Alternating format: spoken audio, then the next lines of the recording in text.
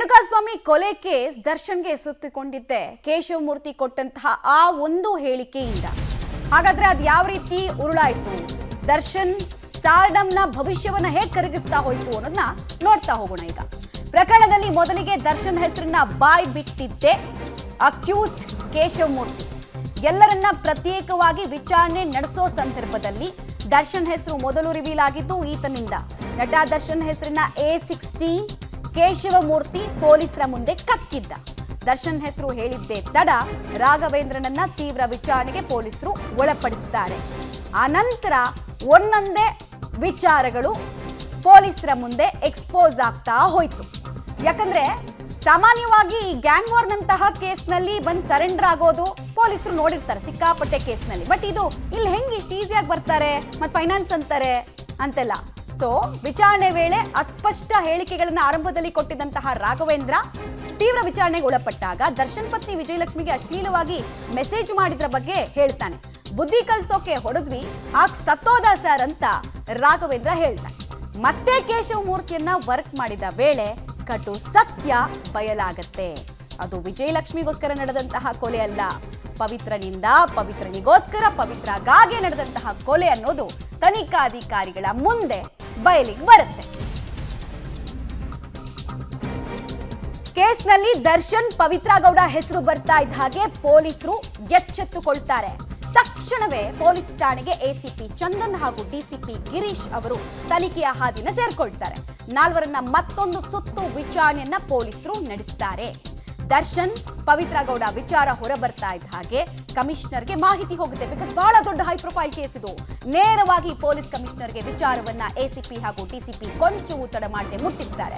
ಕೇಸ್ನಲ್ಲಿ ದರ್ಶನ್ ಹಾಗೂ ಪವಿತ್ರ ಗೌಡ ಪಾತ್ರ ಏನು ಅನ್ನೋದನ್ನ ತನಿಖೆಯ ಆಳ ಅಗಲದ ಮೂಲಕ ನೋಡ್ತಾ ಹೋಗ್ತಾರೆ. ಅದಕ್ಕೆ ನಾನು ಹೇಳ್ತಾ ಇದ್ದು, ಒಂದು ಸಣ್ಣ ಕಲ್ಪನೆ ಕೂಡ ಇರಲಿಲ್ಲ ರೇಣುಕಾಸ್ವಾಮಿ ಶವ ಪತ್ತೆ ಆದಾಗ ಪೊಲೀಸರಿಗೆ ಇದು ಇಷ್ಟು ದೊಡ್ಡ ಮಟ್ಟಿಗಿನ ಹೈ ಪ್ರೊಫೈಲ್ ಕೇಸ್ ಆಗತ್ತೆ ಅಂತ.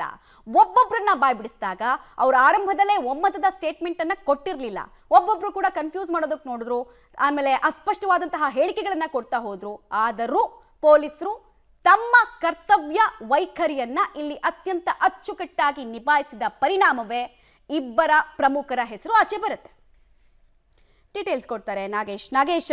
ಕೇಶವಮೂರ್ತಿ ಹತ್ರ ಹೆಂಗ್ ಬಾಯ್ ಬಿಡಿಸ್ತಾರೆ ಪೊಲೀಸರು ಅನ್ನೋದು ಕುತೂಹಲ. ಬಿಕಾಸ್ ಈತ ಹಿಂದೆ ಕೂಡ ಕ್ರಿಮಿನಲ್ ಆಕ್ಟಿವಿಟೀಸ್ ನಲ್ಲಿ ಭಾಗಿಯಾಗಿದ್ದ. ಸೊ ಪೊಲೀಸರ ಮುಂದೆ ದಾರಿ ತಪ್ಪಿಸೋದಕ್ಕಂತೂ ಪ್ರಯತ್ನ ಪಟ್ಟಿರ್ತಾನೆ. ಸೊ ಹೆಂಗೆ ಈತನನ್ನು ಲಾಕ್ ಮಾಡ್ಕೊಂಡ್ರು, ಐರನ್ ಲಾಕು ಇದು ದರ್ಶನ್ ಹೆಂಗ್ ಹೋಯ್ತು ಅಂತ?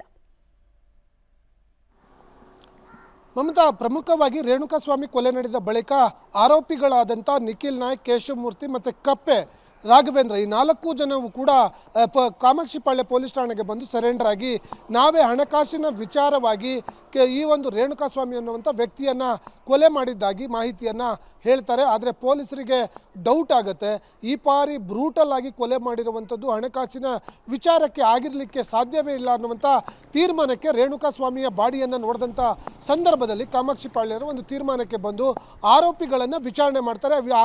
ಆರೋಪಿಗಳು ಆರಂಭದಲ್ಲಿ 4 ಜನವು ಕೂಡ ಒಂದೇ ಸಿದ್ಧ ಉತ್ತರವನ್ನು ಕೊಡಲಿಕ್ಕೆ ಮುಂದಾಗ್ತಾರೆ. ನಾವು ಹಣಕಾಸಿನ ವಿಚಾರವಾಗಿ ಚಿತ್ರದುರ್ಗದಿಂದ ಕರೆದುಕೊಂಡು ಬಂದು ಇಲ್ಲಿ ಹೊಡೆದಾಗ ಆತ ಮೃತಪಟ್ಟಿದ್ದಾನೆ ಅನ್ನುವಂಥ ಮಾಹಿತಿಗಳನ್ನು ಹೇಳ್ತಾರೆ. ಆದರೆ ಪೊಲೀಸರು ಇವರು ಹೇಳುವಂಥ ಸಿದ್ಧ ಉತ್ತರಕ್ಕೆ ಒಪ್ಕೊಳ್ಳಿಕ್ಕೆ ತಯಾರಾಗಿರಲ್ಲ. ಎಲ್ಲ ಒಂದು ಕಡೆ ಡೌಟ್ ಹೊಡೆಯುತ್ತೆ. ಹಾಗಾಗಿ ಪೊಲೀಸರು ಸರೆಂಡರ್ ಆಗಿದ್ದಂಥ 4 ಆರೋಪಿಗಳನ್ನು ಪ್ರತ್ಯೇಕವಾಗಿ ವಿಚಾರಣೆಯನ್ನು ಮಾಡ್ತಾರೆ. ವಿಚಾರಣೆ ಮಾಡಿ ಒಬ್ಬೊಬ್ಬರ ಹೇಳಿಕೆಯನ್ನು ಪ್ರತಿಯೊಬ್ಬರಿಗೂ ಕೂಡ ಹೇಳೋದ್ರ ಮೂಲಕ ಈ ಪ್ರಕರಣದಲ್ಲಿ ಯಾರ ಪಾತ್ರ ಇದೆ ಅನ್ನುವಂಥದ್ದನ್ನು ಬಾಯಿ ಬಿಡಿಸುವ ಕೆಲಸಕ್ಕೆ ಮುಂದಾಗ್ತಾರೆ. ಆರಂಭದಲ್ಲಿ ಈ ಒಂದು ಪ್ರಕರಣದ ಬಗ್ಗೆ ಸಂಪೂರ್ಣವಾಗಿ ದರ್ಶನ್ ಹೆಸರು ಹೇಳೋದೆ ಈ ಪ್ರಕರಣದ 16ನೇ ಆರೋಪಿ ಆಗಿರುವಂಥ ಕೇಶವಮೂರ್ತಿ ಅನ್ನುವಂಥ ಮಾಹಿತಿಗಳು ಕೂಡ ಇರುವಂಥದ್ದು. ಅದರ ಜೊತೆಗೆ ಕೇಶವಮೂರ್ತಿ ಯಾವಾಗ ದರ್ಶನ್ ಹೆಸರನ್ನು ಹೊರಗಡೆ ತೇಲಿ ಹಾಕ್ತಾನೋ ಆಗ ಇದೇ ದರ್ಶನ್ ಸಂಘದ ಅಧ್ಯಕ್ಷನಾಗಿದ್ದಂಥ ರಾಘವೇಂದ್ರ ಅವರನ್ನು ತೀವ್ರ ವಿಚಾರಣೆ ಮಾಡಿದಂಥ ಸಂದರ್ಭದಲ್ಲಿ ಈ ಪ್ರಕರಣದ ಹಿಂದಿನ ಸತ್ಯ ಸಂಪೂರ್ಣವಾಗಿ ಹೊರಕ್ಕೆ ಕಕ್ಕಿಸ್ತಾರೆ. ಅದಾದ ಬಳಿಕ ದರ್ಶನ್ ಮತ್ತು ಪವಿತ್ರ ಗೌಡ ಅವರಿಂದಲೇ ಈ ಒಂದು ಕೊಲೆ ಆಗಿದೆ, ಅವರು ಈ ಕೊಲೆಯಲ್ಲಿ ಪ್ರಮುಖ ಪಾತ್ರಧಾರಿಗಳು ಅನ್ನುವಂಥ ವಿಚಾರ ಯಾವಾಗ ಗೊತ್ತಾಗುತ್ತೆ ಆ ಕೂಡಲೇ ವಿಜಯನಗರ ಎಸಿಪಿ ಆಗಿರುವಂಥ ಚಂದನ್ ಮತ್ತು ಡಿಸಿಪಿ ಗಿರೀಶ್ ಅವರು ಎಂಟ್ರಿ ಆಗ್ತಾರೆ.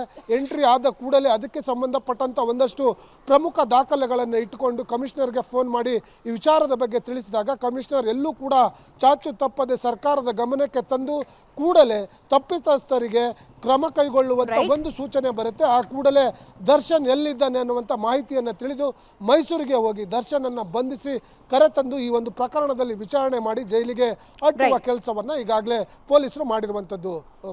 ಓಕೆ ನಾಗೇಶ್, ಹಾಗೆ ಸಂಪರ್ಕದಲ್ಲಿ ವಾಪಸ್ ಬರ್ತೀನಿ.